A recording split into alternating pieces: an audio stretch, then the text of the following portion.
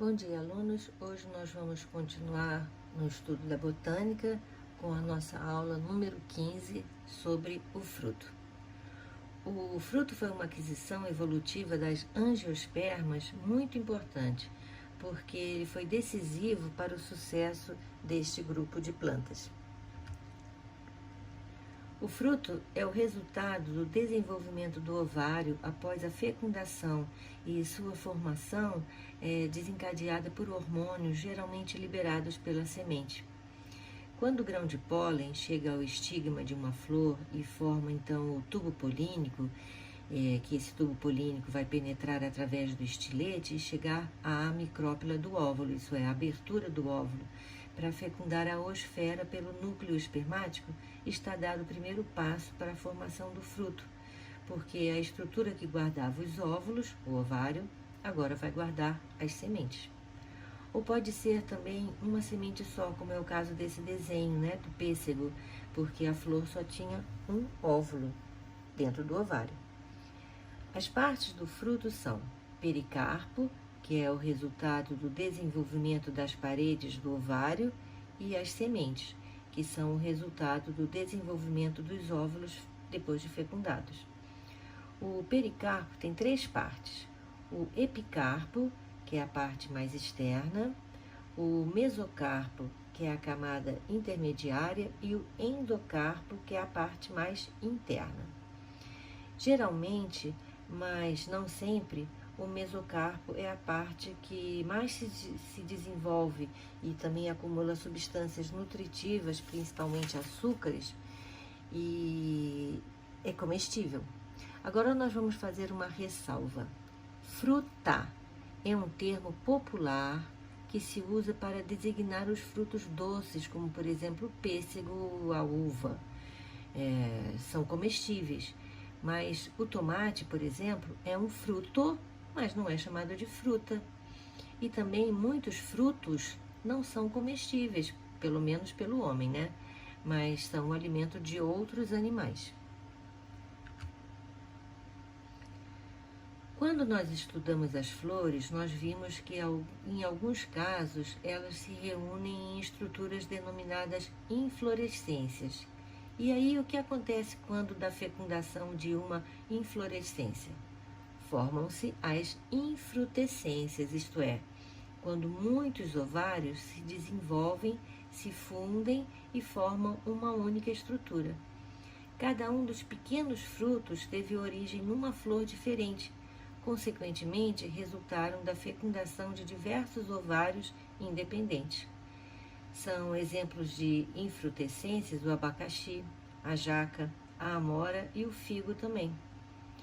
Quando o fruto é originário do desenvolvimento de uma só flor, dizemos que é um fruto simples, que são a maior parte, como por exemplo o pêssego, a berinjela e o abacate. Também temos casos de frutos que surgem de desenvolvimento de uma flor com vários carpelos. Um exemplo é a framboesa.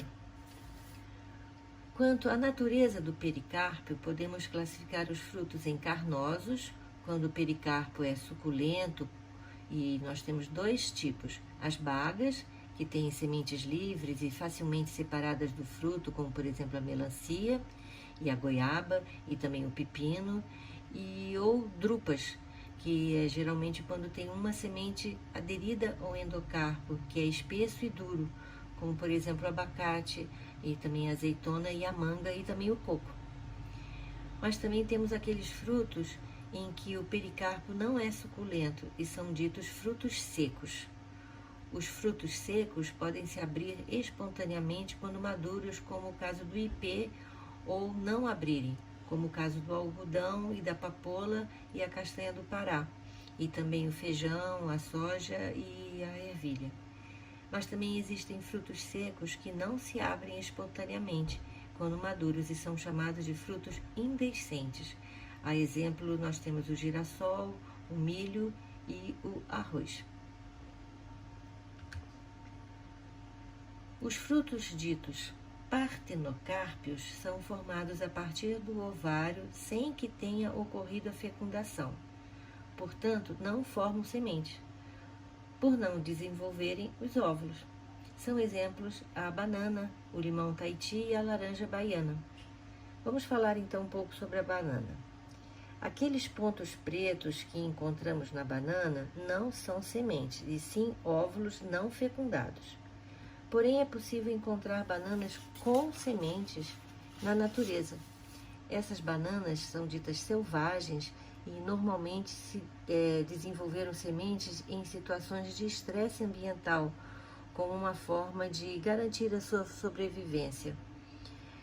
Um exemplo é a musa balbisiana, que é nativa do sul da Ásia. A reprodução da bananeira normalmente é feita por via vegetativa. A via vegetativa é feita da separação de brotos da planta-mãe que darão origem a outro indivíduo. Neste caso, a planta não tem variedade genética e é idêntica à planta-mãe. Isso pode ser um grande problema, porque se um espécime tiver uma doença, ela vai originar outros com o mesmo problema. Uma outra técnica é o fracionamento do rizoma, que consiste na plantação de pedaços do caule da bananeira. O desenvolvimento de bananas sem sementes ocorreu em virtude da seleção desses frutos por produtores que queriam melhorar a qualidade do produto oferecido. Provavelmente, o desenvolvimento inicial desse tipo de fruto ocorreu em razão de alguma mudança genética. A China é o maior produtor de banana do mundo, seguido pelo Brasil. Em algumas espécies, além do ovário, outras partes da flor crescem após a fecundação e podem se tornar comestíveis, e aí são denominados pseudofrutos, frutos falsos. São exemplos de pseudofrutos o caju, em que o fruto é a parte dura em forma de feijão, no interior da qual se localiza a semente, que é conhecida como castanha de caju. A parte suculenta e comestível do caju se origina do desenvolvimento do pedicelo da flor. A castanha de caju deve ser torrada antes de ser consumida, porque quando ingerida crua, ela pode causar alergias de pele por causa de uma toxina denominada uroshiol. E até na indústria, a pessoa que manuseia a castanha de caju deve usar luvas bem grossas. Outro exemplo de pseudofruto é a maçã e a pera também, onde o verdadeiro fruto é a parte central endurecida dentro do qual se encontram as sementes. As partes suculentas e comestíveis são resultado do desenvolvimento do receptáculo floral. Na história evolutiva das plantas, o fruto certamente desempenhou o papel primordial de proteger a semente e, posteriormente, aconteceram adaptações que lhes possibilitaram a função de dispersão das sementes e, assim, das espécies, possibilitando a chegada a lugares distantes da planta-mãe. E isso garante que a nova planta não concorra com a mãe e com suas irmãs pelos recursos do ambiente, e também permite que se espalhem e colonizem novos ambientes, que podem ter maior chance de sobrevivência da espécie. E também o acúmulo de açúcares, o fato de terem se tornado coloridos e muitas vezes perfumados, atrai animais e também o homem, que ao comerem um fruto liberam as sementes e as dispersam pelo ambiente, o que chamamos de zoocoria. No caso de anemocoria, é quando o fruto ou as sementes têm projeções em forma de asas e são transportadas pelo vento. Um exemplo é o dente de leão e o algodão. Há frutos com apêndices que aderem aos pelos ou às penas de animais, que desempenham assim o papel de disseminá-los, como o picão. E há ainda frutos que são adaptados à dispersão pela água, como o caso do coco da Bahia, onde o mesocarpo fibroso retém ar e assim possibilita a flutuação. Neste caso, se diz hidrocoria.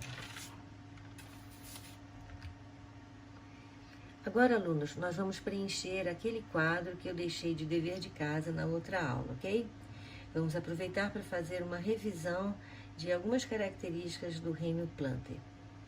Vamos analisar as características raiz, caule, folha, semente, fruto, flor, dependência da água para a reprodução, fase transitória, fase duradoura, gametas e novidade evolutiva de briófitas, pteridófitas, gimnospermas e angiospermas. Então, começando pela característica raiz, como são as raízes das briófitas? São estruturas filamentosas que lembram raízes e são, por isso, denominadas rizoides. Os rizoides têm a função primordial de fixar o vegetal ao substrato e não de absorver água e nutrientes, porque essa absorção se dá por todo o corpo da planta e a distribuição se dá por difusão. E as raízes das pteridófitas? Bem, aí já temos raízes verdadeiras, geralmente subterrâneas, com a função de fixação e absorção de seiva bruta. Nas gimnospermas, as raízes são profundas a fim de alcançarem os lençóis freáticos, que ficam a grandes profundidades, nos ambientes onde as gimnospermas são comuns. E já as raízes das angiospermas são de diversos tipos. Podemos encontrar raízes mais ou menos profundas, do tipo cabeleira, ou raízes pivotantes, dependendo do tipo de planta e do terreno em que habitam. Temos até raízes aéreas. O caule das briófitas é dito cauloide. Ele é um eixo principal que se prende aos rizoides e no qual há lâminas que lembram as folhas, que por isso são denominadas filóides. O caule das pteridófitas é do tipo rizoma, que cresce paralelamente à superfície do solo e logo abaixo dela. Já tem função de distribuição de seiva. Já nas gimnospermas, encontramos caules robustos que podem chegar a uma altura gigantesca, como o exemplo das coníferas, e assim como os caules das angiospermas, onde encontramos vários tipos, como troncos, estipes, caules trepadores, tubérculos, muitos comestíveis, e caules rastejantes, como o do chuchu. Agora vamos falar das folhas. Como eu falei, as folhas das briófitas são ditas filóides, que são estruturas extremamente simples, com pouco tecido diferenciado e sem vasos condutores de seiva. As pteridófitas têm folhas grandes, divididas em folíolos, revestidas por epiderme e ricas em cloroplastos. Nas gimnospermas, as folhas se apresentam na forma de agulha, ditas aciculares, porque assim elas não acumulam neve, no seu limbo e possibilitam a fotossíntese e também evitam a evaporação exagerada de água. Nas angiospermas, encontramos diversos tipos de folhas com limbo grande ou pequeno, simples ou dividido em vários folíolos e até com colorações diferentes. E quanto à semente? As briófitas e pteridófitas não têm. A semente só vai aparecer nas gimnospermas. É uma estrutura reprodutiva que se forma a partir do desenvolvimento do óvulo e, como o próprio nome diz, gimnosperma é uma estrutura que não tem proteção. Já nas angiospermas, a semente estará protegida por uma estrutura que um dia foi o ovário, que guardava os óvulos, e agora é o fruto, que guarda a semente. Briófitas e pteridófitas não têm fruto, e também as gimnospermas. Só encontramos frutos nas angiospermas. Briófitas e pteridófitas também não apresentam flores, e nem as gimnospermas. Alguns autores chamam os estróbilos das gimnospermas de flores, mas no sentido de serem estruturas reprodutoras. Mas aqui vamos dizer que as gimnospermas não apresentam flores, ok? Só tem, vamos dizer, ramos reprodutivos, os estróbilos. Os elementos florais, como estamos acostumados a ver, com corola e cálice, gineceu e androceu só está presente nas angiospermas. Quanto à dependência da água para a reprodução, as briófitas e pteridófitas dependem da água no estado líquido para que os gametas masculinos, os anterozoides, nadem até os gametas femininos, as zoosferas, e aí ocorra a fecundação, isto é, a formação do zigoto. Já nas gimnospermas, a polinização é feita pelo vento, dita anemofilia, e nas angiospermas é feita por vários agentes polinizadores, insetos, pássaros e até o homem. A fase transitória das briófitas é a geração esporofítica, que vive somente para sofrer meiose e produzir esporos que germinarão, formando protonema.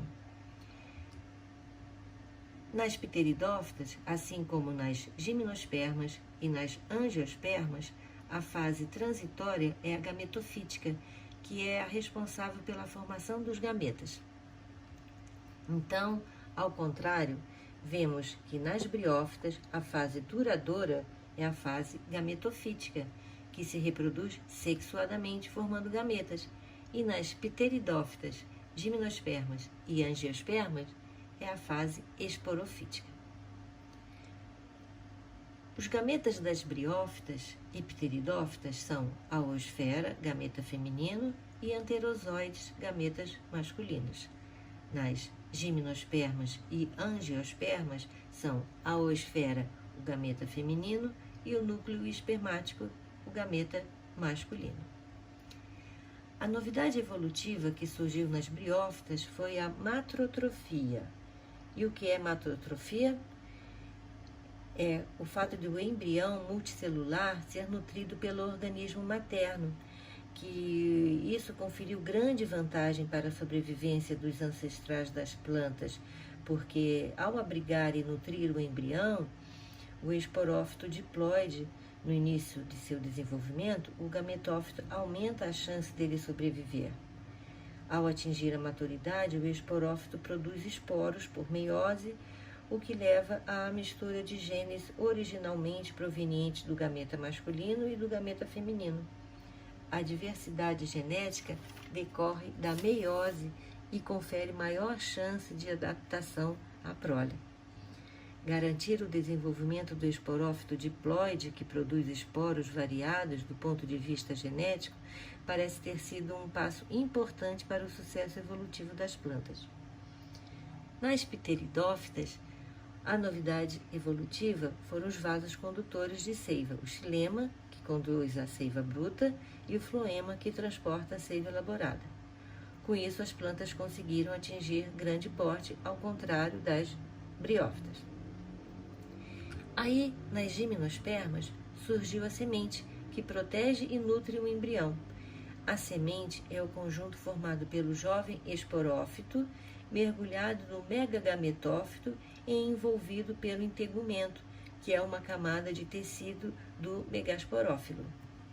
E, por fim, nas angiospermas, a novidade foi o aparecimento das flores e dos frutos.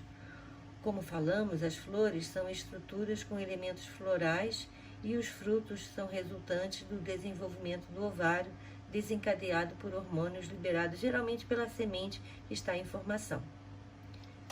Bem, alunos, este quadro, resumo, vai ajudar muito nos seus estudos de botânica. Tenha-o sempre à mão, assim como o glossário. Muitos alunos dizem que não gostam de botânica, mas eu tenho certeza que depois de conhecer algumas características das plantas, vocês vão encará-las com mais interesse, né? Isso aconteceu comigo na idade de vocês e certamente vai acontecer com vocês também. Então, eu espero que tenham gostado desse assunto e na próxima aula vamos fazer uma revisão para a 3, certo? Então, até lá!